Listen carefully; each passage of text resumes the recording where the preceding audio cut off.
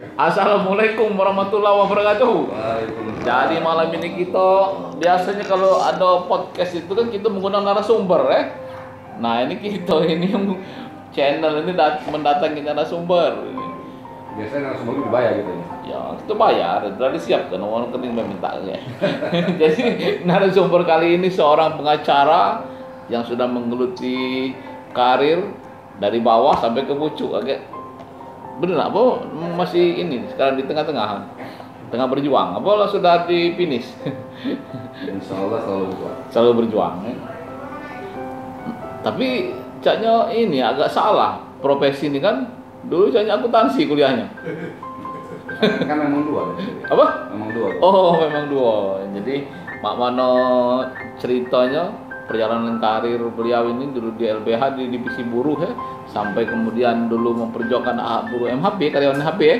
Banyak, MHP, Adi Putra, Dewasa Jaya, hampir semua industri lah. Industri beradai hati, Tanaman dan lain sebagainya. Nah tapi kita tidak kita lagi bahasa Palembang masalah apa nih? Campur-campur jadi kita tidak sekedar mengulik bagaimana perjuangan, tapi kan latar belakangnya dulu dari SD-nya di mana, apakah memang dari SD itu sudah nak jadi pengacara atau apa cita-citanya dulu? Gaduh-gaduh lah ya. Iya. Cak mana dulu? Lalu kecil dulu. Jadi kalau dulu kisah kecil, memang kebetulan kita tinggal di saya lahir dulu tinggal. Masih rawas ya? Tapi penumpang aja ya, bukan memang domisili di Palembang. Kecil tinggal di Tanah Bulu. Daerah Texas itu. Ya kehidupannya keras. Dari kecil namanya di Lotos sudah. Dekat pelabuhan itu ya? Karenanya dekat terminal. Dekat terminal ya. SD sekitar kelas 3 pindah di daerah Sekana, sama daerah pasar. Ya. Jadi memang dari awal kita bersentuhan dengan semua praktis masyarakat, kehidupan berbagai lapisan dari bawah ya. Yang dari bawah kehidupan pasar, kehidupan yang keras lah ya. Keras, kalau di Palembang kan itu wilayah yang keras. Nah, SD-nya kebetulan di Muhammadiyah.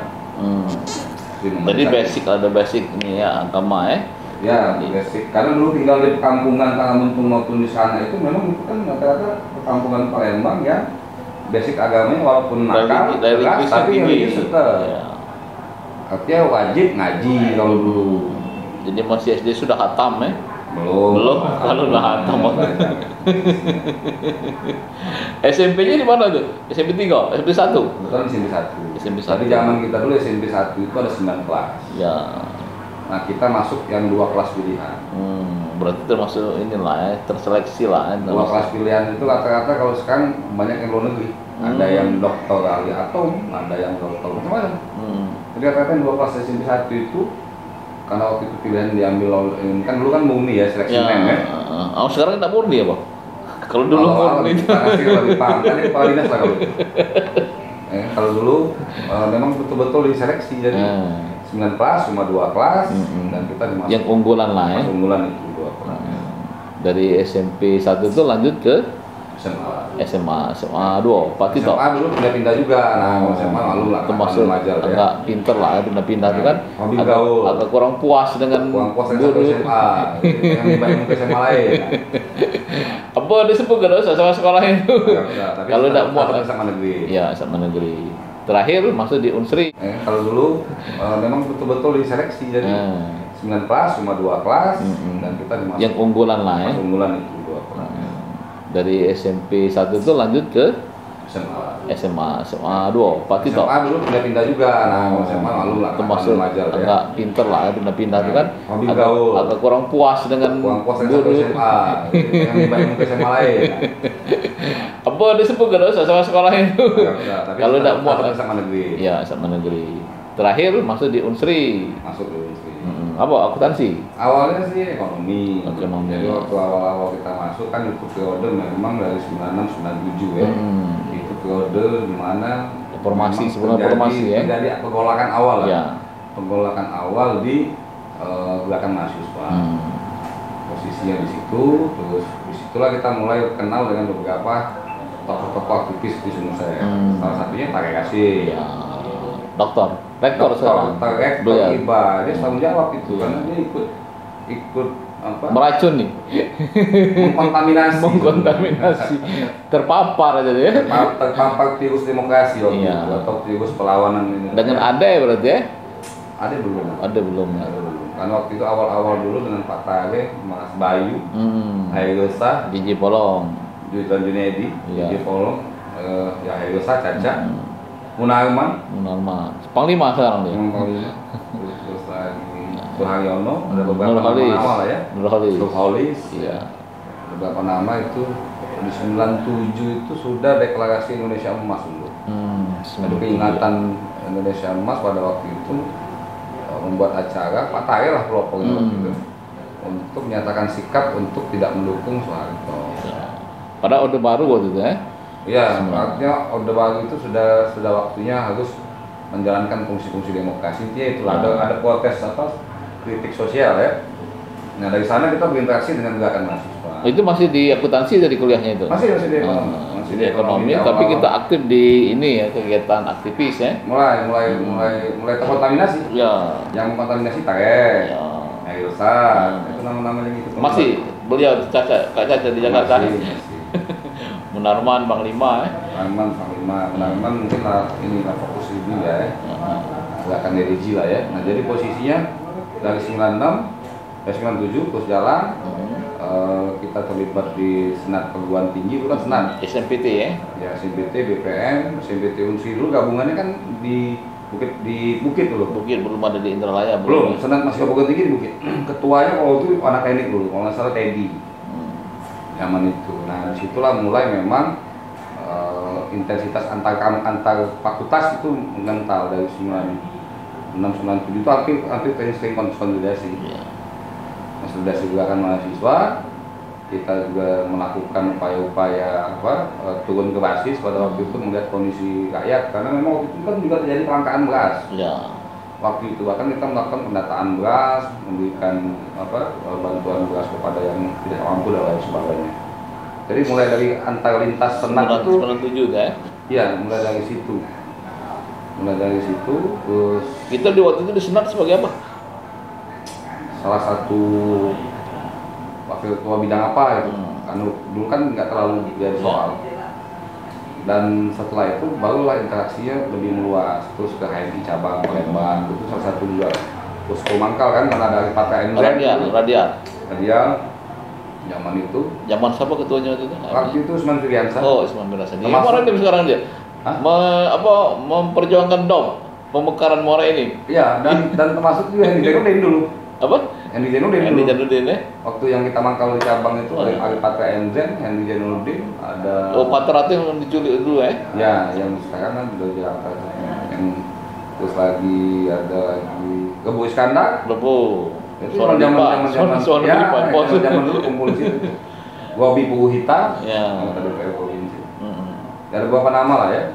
Itu kan jadi interaksi antar fakultas juga mengental, dan akhirnya juga terbangun komunikasi antar perguruan tinggi. Ya, jadi negeri swasta yang ada di Palembang. Antara Unsri, YIN, terus nanti IBA, Metodis, ya kan, IBA, Metodis itu kan ABA dulu. Itulah Benny Hennedy. Ya. Nah, itu alumni ABA itu dulu Benny Hennedy itu. Sekarang wakil bupati ya? Ya, pernah jadi bupati ya, IBA.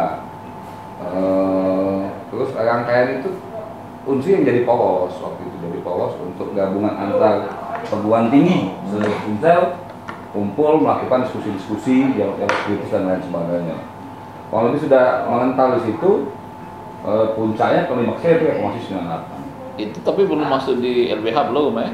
Masih di kampus kan kita. Karena 97 sudah sering koordinasi, karena salah satu pusat gabungan demokrasi kan LBH. Iya.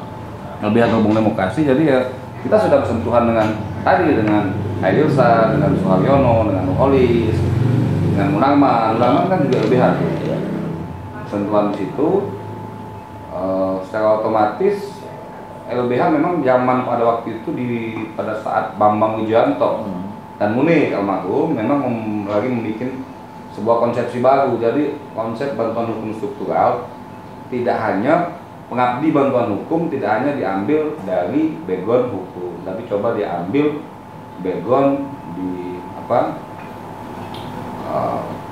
fakultas-fakultas lain lah. Dan itu kan terjadi, misalnya di LBH ya Teten Mas Duti, yang MIPA, ada beberapa background yang bukan hukum tapi coba dikembangkan di beberapa daerah, termasuk Palembang. Coba direkrut waktu itu. Jadi tidak mesti basic hukum lah ya. Karena ada konsepsi baru yang dikembangkan oleh Munir almarhum, termasuk kita mengikuti rekrutmen di LBH, ada alat baku namanya karya latihan bantuan hukum. Istilah kerennya dulu tuh pokol bambu, pokol bambu, ya, tanpa perlu ijazah ya, sejarah ya. Iya, tidak perlu ini, tapi ada sertifikasi yang lewat LBH lah ya, artinya dia punya lisensi, di training, dididik dan lain sebagainya, sampai juga melakukan training yang punya sertifikasi, itu misalnya terkait isu-isu HAM. HAM itu kan ekosok, ekonomi sosial, pendampingan, dari non mitigasi lah ya, sudah melakukan itu. 98 itu titiknya jadi ya. Titik klimaks kebetulan pada waktu itu gabungan semua perguruan tinggi, kita waktu itu koordinator aksi dari UNSI gabungan Muhammadiyah. Alhamdulillah karena waktu itu UNSI juga di bawah komando Ali Patra MZ dan kawan-kawan, ada Peggy di situ, ada juga Tony, ada macam-macam, ada Yen Easy yang ikut gabung, ada ya ini sisi, ada Ibu Jamila dulu, ada Henry Dunan, ada juga Dilani Sineba, ya gabungan dari semua fakultas. Yang akhirnya kan UNSI tidak terlibat lah dalam chaos itu ya. Bisa di kita waktu itu karena ada penggiringan massa ke arah pasar, ke Radial, tapi kita UNSI itu kita sterilisasi di kantor gubernur sehingga aman dan pulang ke Bukit. Itu peristiwa kerusuhan Mei ya, karena itu puncaknya setelah peristiwa penembakan yang ada di Trisakti.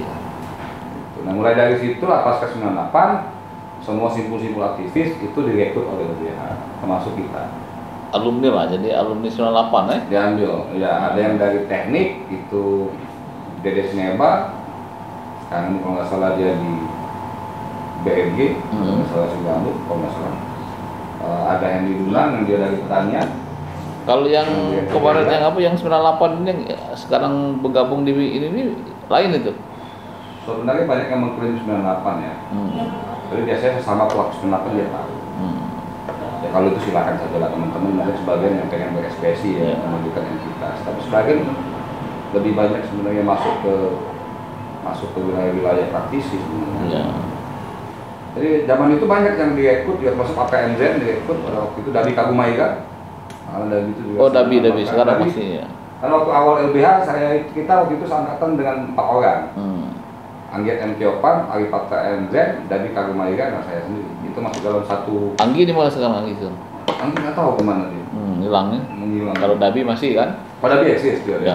Jadi posisinya 4 ini dalam satu surat memang diangkat. Jadi kita diangkat pada waktu itu bukan langsung LBH tapi sebagai relawan. Volunteer. Relawan. Volunteer dan diuji setelah itu kita magang. Dabi kalau nggak salah magang di Kalimantan.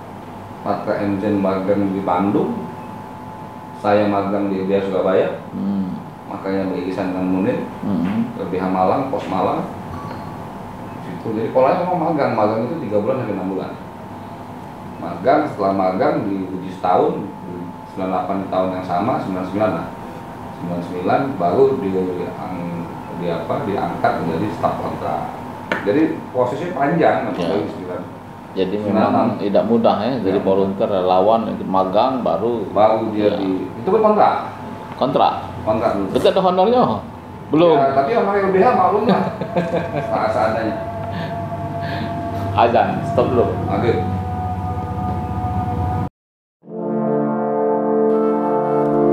Magang. Selanjutnya memang dulu kan leading sektor memang LBH, termasuk juga di Walhi dulu, karena kan LBH lah penggagas motor untuk gerakan Muhammad lingkungan hidup. Walhi ya? Kan 2 pos itu dulu di Sumsel ini kan, karena LSM dulu mana ada. NGO itu non-government organization itu bisa dihitung dan kata-kata itu dulu terintegrasi dengan LBH. Misalnya contoh Kontras, ya kan termasuk Munir termasuk juga, misalnya ICW. Nah itu kan Keten kan, itu kan dulu bagian dari LBH juga. Berafiliasi lah ya? Iya, kalau lihat dari historisnya ya, historis sejarah dari demokrasi di Indonesia. Kalau begitu, bagaimana Pak Nasir? Kalau selama di LBH itu apa yang kita perjuangkan waktu itu? Di visi buruh ya? Kita di visi buruh dan miskin kekotaan waktu itu. Banyak, jadi dulu juga banyak tenaga honorer yang sekian puluhan tahun tidak ada statusnya diangkat jadi PNS. Itu banyak, hampir mungkin puluhan banget, bahkan ratusan. Terus kedua dulu memperjuangkan Hari Buruh Nasional. Dulu kan belum tidak dikenal yang namanya Hari Buruh Sedunia. Itu kan kita mempopulerkan itu dari tahun 98, 99 sampailah dulu kita membuat federasi tandingan lah ya untuk akselerasi. Kan ada FKBB dulu posisinya di tahun 99 itu. Jadi semua industri kita organisasi, kita lakukan advokasi, terutama penyuluhan terhadap hak-hak terhadap upah. Karena upah yang layak itu dulu sangat minim. Jadi kan ilmu pengetahuan dulu belum tahu. Jadi rata-rata banyak yang kita temukan itu upahnya di bawah standar. Bahkan mohon maaf zaman itu banyak masih yang namanya buruh anak, di bawah umur dipekerjakan sebagai anak. Ya anak tapi dipekerjakan sebagai buruh, itu nggak boleh. Alhamdulillah ada pergeseran, bahkan di sektor-sektor tertentu ya, itu misalnya HTI, tanaman industri, pertambangan, itu sudah jelas lah jaminan terhadap masa depan kawan-kawan pekerja atau buruh atau yang dia misalnya masuk sebagai organisasi misalnya. Karena organisasi juga setelah itu juga diberikan kewenangan. Selama ini kan diminimalisasi, tidak ada organisasi lain selain SPSI kan. Tapi pas itu banyak organisasi yang alhamdulillah menumbuh kembangkan yang namanya kemitraan, membuat misalnya PKWT. Jadi ada proses manajemen perusahaan dengan serikat buruh melakukan negosiasi, membuat rumusan terhadap PKWT tentang perjanjian kesepakatan kerja bersama KKB. Contoh kawan-kawan media, kan media kan juga dulu sama Aji lah gitu ya, Aji terus kawan-kawan yang lain itu mendorong itu. Tapi memang di media sepertinya dibikin sengaja mungkin manajemen untuk tenaga kerjanya dibuat menjadi tidak serikat buruhnya tidak kuat ya melakukan negosiasi. Karena emang di media juga kan masih belum ada kejelasan itu buruh atau profesi kan. Makanya kalau beberapa organisasi sebenarnya kalau di definisi undang-undang jelas itu pekerja. Ya, tapi kalau kan pekerja ya buruh. Kalau bisa tafsir terhadap undang-undang kan orang kan tidak mau dibilang buruh. Padahal kalau dia disebut dengan undang-undang itu buruh atau tenaga kerja atau pekerja adalah orang yang melakukan pekerjaannya dan dia menerima upah dengan perjanjian tertentu dan waktu tertentu. Malas masuk kategorinya. Tapi karena gengsi saja disebut buruh, ya kan, dianggap profesi. Kenyataannya sederhana, hak-haknya juga dikangkangi kok. Coba kita lihat ini, mohon maaf, hati-hati dengan istilah profesi, tapi ternyata di situ terjadi yang namanya diskriminasi terhadap perlindungan hak upah ya, upah yang layak. Ya makanya itu kan tinggal sudut pandang ya, karena kan kalau kita berbicara profesi itu kan punya kode etik kan, kira-kira. Ya ada dua, ketika dia hubungan kerjanya terbangun ya tetap harus ada perlindungan serikat pekerjanya. Kalau untuk posisi dia sebagai profesi karena PES ya tetap kode etiknya. Kalau lebih itu. Jadi panjang dulu perjuangan itu yang transisi zaman Gus Dur 99 bahkan juga peristiwa yang meninggal, kita juga mendorong di fungsi ABRI waktu itu, berharap dengan kepolisian sebenarnya bisa lebih baik ya. Ternyata ya dalam proses itu juga masih banyak perlu dibenahi, baik konsepsi TNI maupun kepolisian, karena itu nggak tuntas dulu. Kan orang misalnya protes karena zaman itu soal fungsi, tapi terkadang fungsi TNI juga dibutuhkan di teritori banyak hal, tapi mesti didiskusikan lebih khusus ya terhadap TNI masa depan. Begitu pun dengan Polri masa depan. Apa betul dengan kepolisian di bawah presiden hari ini itu bisa menegakkan kepastian hukum misalnya? Kan perlu, sehingga konsepsinya dulu yang harus dibenahi, termasuk juga nanti akan ada repair atau perubahan terhadap undang-undangnya. Kalau begitu. Aturan dasarnya ya. Iya, karena di situ. Sehingga tidak akan lagi ada gesekan. Yang penting untuk kepentingan rakyat bangsa Indonesia. Jadi dari LBH Walhi kan aktif ya. Kemudian kalau terjun sebagai pengacara itu sejak kapan? Ya, secara otomatis ketika di LBH ya kita juga melakukan advokasi. Jadi sudah melakukan fungsi-fungsi advokat sebenarnya. Memang dulu dibagi litigasi non litigasi. Jadi yang litigasi yang beracara itu memang divisi yang advokat namanya kan. Kita bahkan juga mengikuti persidangan dan lain sebagainya. Bahkan kita melakukan dulu kan ada secara nasional dan sekarang ini mesti harus digagas lagi. KRHN, Komisi Reformasi Hukum Nasional, yang memberikan masukan terhadap draft undang-undang ataupun misalnya Perpu. Hari ini itu tidak jalan ya? ya kosong. Dulu kuat, misalnya kosong akhirnya mohon maaf sehingga parlemen tidak bisa dikontrol. Dan terjadi apa? Itu tadi. Ya, mohon maaf banyak sekali selipan terhadap undang-undang dan ya sesuatu yang sebenarnya akhirnya memunculkan masalah baru yang mesti harus digugat di JR Mahkamah Konstitusi misalnya begitu. Nah ini harus ada keimbangan-keimbangan yang tetap harus dibangun, konsistensi ini. Itu tahun 99 kurang lebih begitu muncul banyak serikat buruh yang digagas oleh kita sama kawan-kawan, alhamdulillah di situ sehingga ada perjuangan yang coba dibangun sampailah terakhir di LBH itu 2004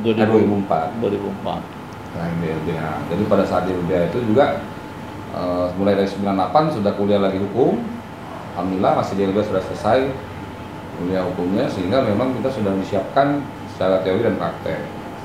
Setelah itu pasca dari LBH lah baru bergabung dengan kantor hukum. Awalnya bergabung dengan kantor Helsa.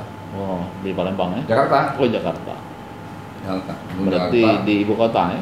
Ya di ibu kota karena banyak alumni LBHI kan. Ya. Itu di situ. Juga masih aktif di Walhi sebagai ketua dewan daerah Walhi waktu itu. Zaman Anwar Sadat ya? Anwar Sadat belum, dia dulu masih Civil Study direkturnya. Kita ketua dewan daerah Anwar Sadat masih staff. Karena rekrutmen dia kan baru. Pasca Civil Study baru Anwar Sadat. Jadi itu di Jakarta 2 tahun kurang lebih antara 2006-2007. Balik sini 2008 dia buka kantor di sini. Itu sebelum menikah, mau buka kantor itu Sudah menikah. Oh, sudah menikah. Sekarang belum nikah lagi ya. Oh, belum menikah. Kalau untuk kasus-kasus hukum apa yang kita lebih cenderung ke kasus-kasus apa? Atau ini umum?